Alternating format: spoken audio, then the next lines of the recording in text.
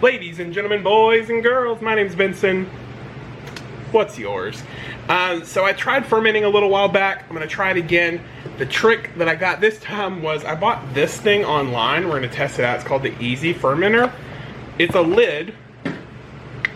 Looks like this, and it's meant for wide mouth mason jars. It's not the only thing I bought. I also bought some glass weights, so I don't have to worry about the bags anymore. But basically, you make your fermentation mix, put it in here. This guy goes on, and there's even a pump to pull out the extra oxygen. And then you can set, like the day of the month that you put it in there. So pretty neat. I've got my jar sterilized. I got to get a couple more because I'm definitely gonna have way more than I need. And then we're gonna try and make some kimchi. So I just bought this coleslaw mix because it's cabbage, it's pre-cut, less work I have to do. And I'm gonna cut up 2 medium onions to go in it. I've already got some garlic. I just crushed the garlic. I don't need it to be chopped up or anything like that. It'll pull the flavor as it ferments in there. There are 6 cloves in here. 2 medium onions. I'm gonna get this cut up, and then it's gonna go into, it's gonna be 2 pounds worth of coleslaw. And then once it's in the bowl, we're gonna add some hot chili flakes, like a chili paste to it, and some salt. It's gonna end up being about 4 tablespoons of salt. I'm gonna get it all into the bowl, and it's gonna sit for 30 minutes to let the salt and the chili flakes break everything down, kind of build a brine and stuff. And then as we pack it into the jar, we'll pack it down so it builds more of a brine. So let me get the onions cut up into the bowl, and I'll bring you back.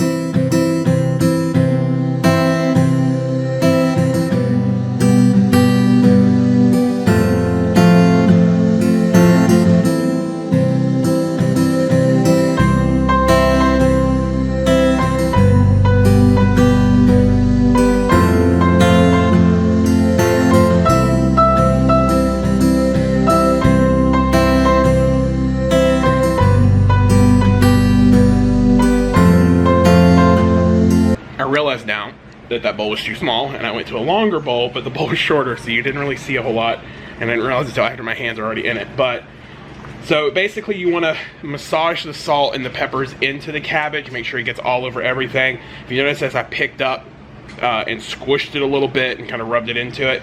So we're just going to taste it now before it goes and sits.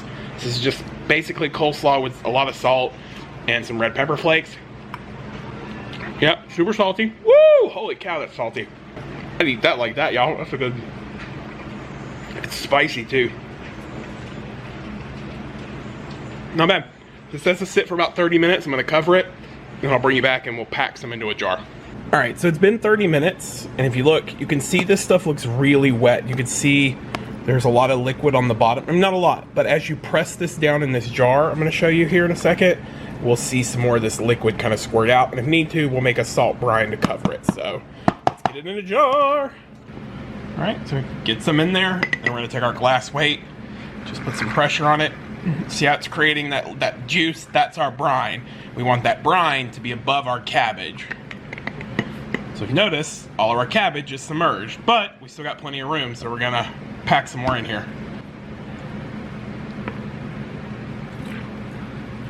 Too much in there.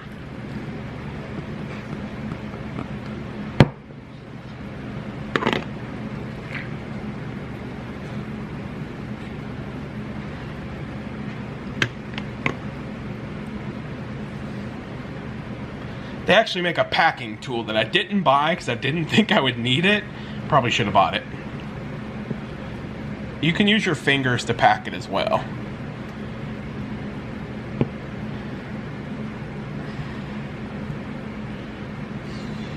Alright, so that's in there. I don't want it to go too full, so our glass weight cleaned as much as possible. We're gonna shove it down on there. So see, our glass weight's holding everything under this beautiful brine that we've created. Then we're gonna set our day. Today is the 28th.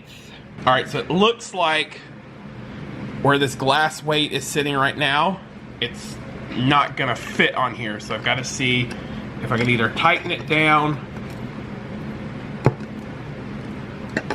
either pack this down a little bit more. It doesn't look like it's moving, so I'm gonna pull a little bit out.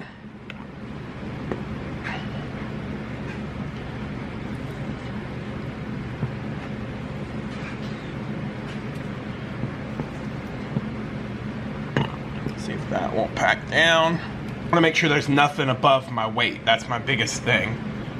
So, okay. Looks like it should fit now.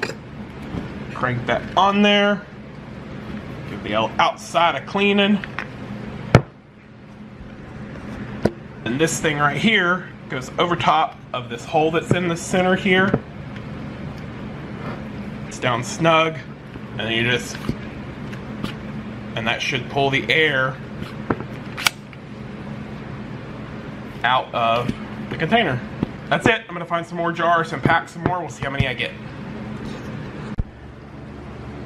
All right, I ended up with 2 small jars and a big jar. Now keep in mind the weights and the lids don't fit the big jars properly, and it's only about half of this big jar. So another small jar and I could have had, I just didn't have another jar like this. The glass weights that I bought, one of them I had to flip upside down and set on top, which is cool because the lid would close, but it's because the weight wouldn't sink past a certain area. And I actually think it's this one right here. So they're the same company as far as the jars go, but this glass weight would only go so far. Otherwise, I'd have had to push it. It's almost like either the weight isn't perfectly round or the jar maybe has like a flaw in it. So it could be the weights, it could be the jar itself. But I've got 3 things of kimchi. The weight I used in this big jar here, I took a baggie and put it inside there, filled it full of water and shoved it down and then air tighted it. So you can kind of see the baggie that's in there. But I'm gonna let these go for at least 10 days and then we'll check on them and see if anything molds or anything, and then we'll go from there. So it's our next chance to try fermenting. This time we're making kimchi. I love kimchi, so bless you, Ellie. We'll see how it turns out. All right, so these are the easy fermenting lids that I got a while back. They basically fit wide mouth jars, and we started the kimchi. Like I said, this has been in there since the 28th of September, I believe. And actually I have to go back and double check, because it may have been longer than that. But you can see where it's got a small pressure release on it, so it has released some stuff, and this is just like salt and some of the pepper that has kind of released on the top. I actually tasted it. It's just like a salty, kind of spicy mixture. Nothing crazy, but we're gonna open it. I have not opened these since I put them in the fridge back when. Here's the inside. The lid. So I don't see it, there's no mold or anything, so that's good. We're gonna get the glass out. So no mold on the glass weight either.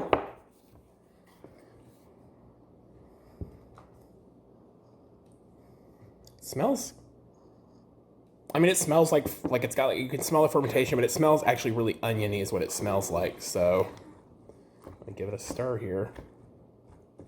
There's actually not a lot of juice on it, so you can tell it's pretty much soaked up most of the moisture that was in it, but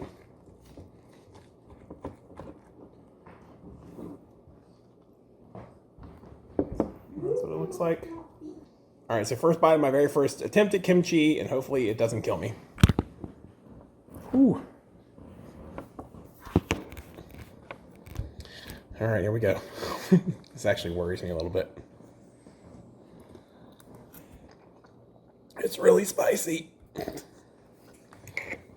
very tangy. All right, it doesn't taste rotten bad. It definitely tastes like it's fermented, like it's changed flavors.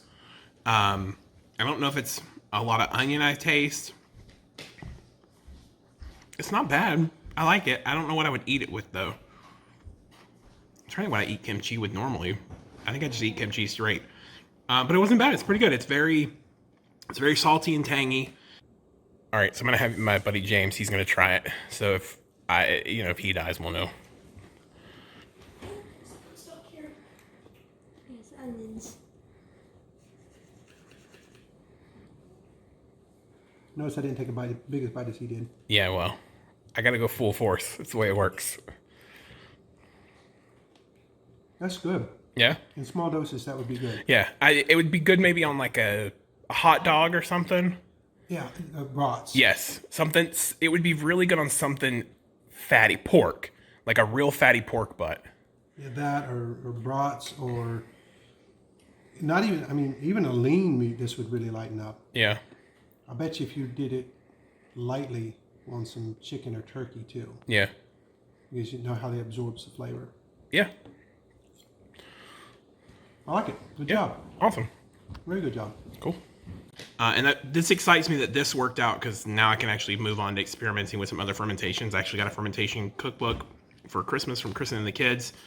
And I'd like to make sauerkraut and stuff like that. Ferment some vegetables and stuff. So that's pretty neat. These little easy fermentation lids. I mean, I definitely got to clean it up because you can see where some of the salt water came out. But it worked really well, and I loved these glass weights. I need to buy some more of these, and I also need to buy, they make like a stamper to stamp the vegetables and stuff down, like when you're making kimchi and sauerkraut. But this is cool. I've got like 2 jars of this at the house too, so this is exciting. I enjoy the fact that this worked out. It's an experiment that I tried, and the first time it failed when we fermented some vegetables, and this time it worked out, so awesome.